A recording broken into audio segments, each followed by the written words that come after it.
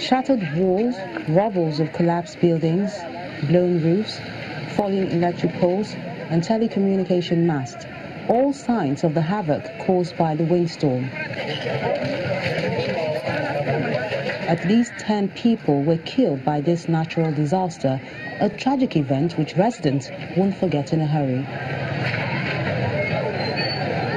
Turum, a suburb of Bauchi, appears to be the worst hit. 6 people were reportedly killed, with several houses destroyed.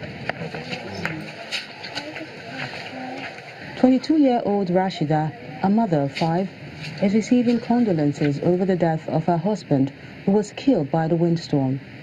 His brother narrates how it all happened. My brother was taking shelter when the rain started. Suddenly, the lintel fell on him and broke his neck. Before he was taken to the hospital, he died.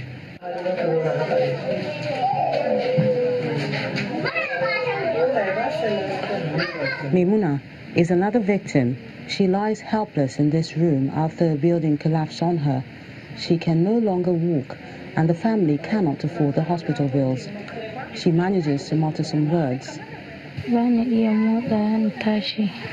I cannot move anywhere from my waist down to my legs, and whenever I try to, I feel pains as if my waist is expanding. We don't even know how to repair our houses. All our belongings are outside. We don't even know what to do. We've been sleeping in a friend's house.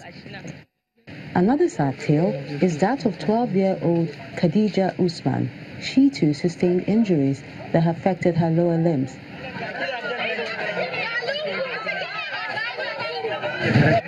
The state governor, the emir of Bauchi, and other government officials have visited some of the communities. Governor Mohammed Abubakar describes the incident as devastating. I will now seek for an appointment with Mr. President and brief him adequately about what has happened to Bauchi State and solicit for his support. But even before then, there are little assistance in terms of food items, in terms of clothing that we can be able to now give to our citizens to give succor to them.